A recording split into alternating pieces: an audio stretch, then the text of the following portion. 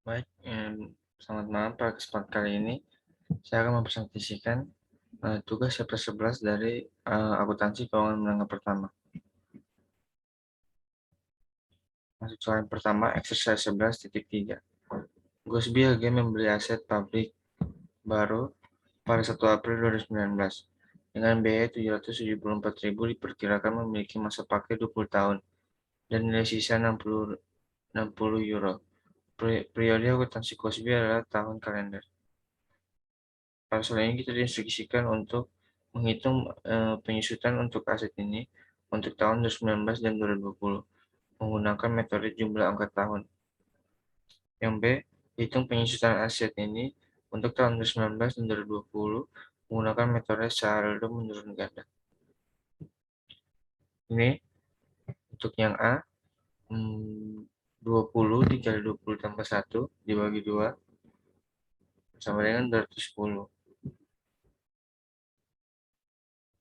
Sehingga pada tahun 2019 yang menggunakan metode yang pertama itu pada tahun 2020 berjumlah sebesar 65.450 euro. Berikut yang B, 100% dibagi 20 sama dengan 5%, di mana 5% dikali 10% turun dan ganda. Pada soal ini kita akan menggunakan metode turun dan ganda. 34 dikali 10% dikali 774.000 euro sama dengan 58.050 untuk tahun 2019. 10% dikali 774.000 dikurang 58.050 euro. Maka hasilnya 71.595 euro untuk tahun 2020.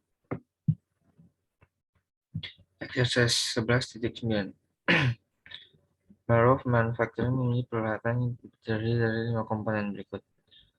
Seperti pada tabel, pada soal ini kita diinstruksikan untuk membuat ayat jurnal penyesuaian yang diperlukan pada akhir tahun untuk mencatat penyusutan tahun berjalan yang diasumsikan bahwa Moro menggunakan depresiasi garis lurus. Yang B, buatlah ayat jurnal untuk mencatat pergantian komponen dengan kas sebesar 40.000 digunakan selama 6 tahun. Berikut yang A, komponen A yang kosnya sebesar 40.500, estimasi residualnya 5.500. Depresiasi kosnya sebesar 35.000 dan ini estimasi jangka waktunya sebesar 50. Ini 10. Maka depresiasi per tahunnya sebesar 3.500. Yang B, kosnya 33.600, estimasi residunya 4.800, biaya depresiasinya 28.000 dan estimasi hidupnya 9 tahun. Maka depresiasi per tahunnya 3.200 dan seterusnya. Depresiasi expense sebesar 16.750 dan akumulasi depresiasi pada equipment sebesar 16.750 juga. Lanjut B, equipment sebesar 40.000. Accumulated depreciation equipment, loss on disposal of equipment sebesar 14.400. Maka equipment pada kredit sebesar 33.600 dan cash sebesar 40.000. Lanjut exercise 11.15. Pada tanggal 10 Maret 2021, Nodap Company menjual peralatan yang dibeli dengan harga 240 pada tanggal Agustus 2014. Awalnya diperkirakan peralatan tersebut akan memiliki umur 12 tahun dan nilai sisa sebesar 21.000 pada waktu itu.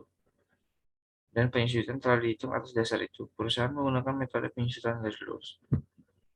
Pada soal ini kita diinstruksikan untuk menghitung biaya penyusutan peralatan untuk tahun 2014 untuk 2021 dan total biaya untuk periode 2015 hingga 2020, inklusif berdasarkan masing-masing dari 6 asumsi berikut sehubung dengan periode parsial. Yang B, evaluasi secara singkat metode-metode di atas, mempertimbangkan dari sudut pandang teori akuntansi dasar serta kesederhanaan penerapan. Baik, yang A, untuk item yang pertama,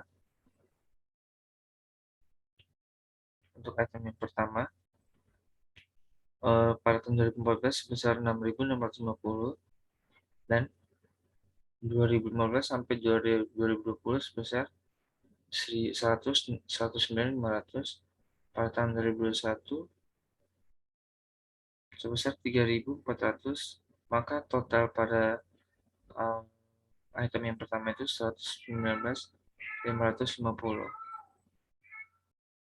Selanjutnya item yang kedua pada tahun 2014 sebesar 0, yang 2015 sampai 2020 sebesar 109.500, dan 2021 sebesar 18.250, maka totalnya sebesar 127.750. Ini sama semuanya sampai item keempat. Pada item kelima, totalnya sebesar 120, 146, ke 6, 109,500. Dan B, distribusi biaya yang paling akurat diberikan pada metode 1 dan 5. Jika diasumsikan bahwa depresiasi garis lurus memuaskan, wajar, akurasi biasanya diberikan oleh 2, 3, atau 4. Yang paling sederhana dari aplikasi tiang aplikasi adalah 6, 2, 3, 4, 5, dan 1. Di sekitar urutan itu, metode 2, 3, 4 menggabungkan akurasi yang wajar dengan kesederhanaan aplikasi. Berikut soal problem 11.4. Transaksi antara tanggal 1 Januari 2017 sampai dengan 31 Desember 2020 yang dicatat dalam buku besar adalah sebagai berikut. Ayat jurnal untuk penyusutan telah dibuat pada setiap penutupan tahun sebagai berikut: 2017 2000 sebesar 21.000, 2018 sebesar 22.500, 2019 sebesar 25.050, dan 2020 sebesar 30.400. Instruksinya, untuk setiap tahun hitunglah secara terpisah kenaikan dan penurunan laba bersih yang timbul. Yang B, siapkan satu entry jurnal gabungan per 31 Desember 2020 untuk penyesuaian akun truk agar mencerminkan saldo yang benar. Ini merupakan yang A-nya, dan yang B-nya Compound Journal Entry Desember 31, 2020, akumulasi depresiasi truknya sebesar 66.550, dan truk pada kredit sebesar 48.000, laba ditahan sebesar 4.550, depresiasi expense pada tahun 2020 sebesar 14.000. Nah, pada summary adjustment-nya, truk pada perbuknya sebesar 152 dan di-adjust dengan nilai 104. Maka adjustment pada kreditnya itu pada kredit sebesar 48.000. Dan akumulasi depresiasi per booknya 129, 150, di-adjust sebesar 62.600, dan pada kredit 66.550. Prior storage income laba di tahun 2017 yang di-adjust sebesar 1.800, 2018 sebesar 5.200 per kredit,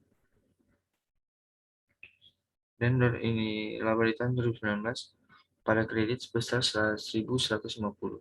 Maka totalnya 4.550 pada kredit.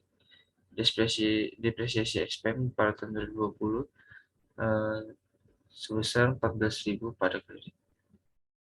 Sekian presentasi saya. Apabila ada kesalahan mohon dimaafkan. Sekian dan terima kasih.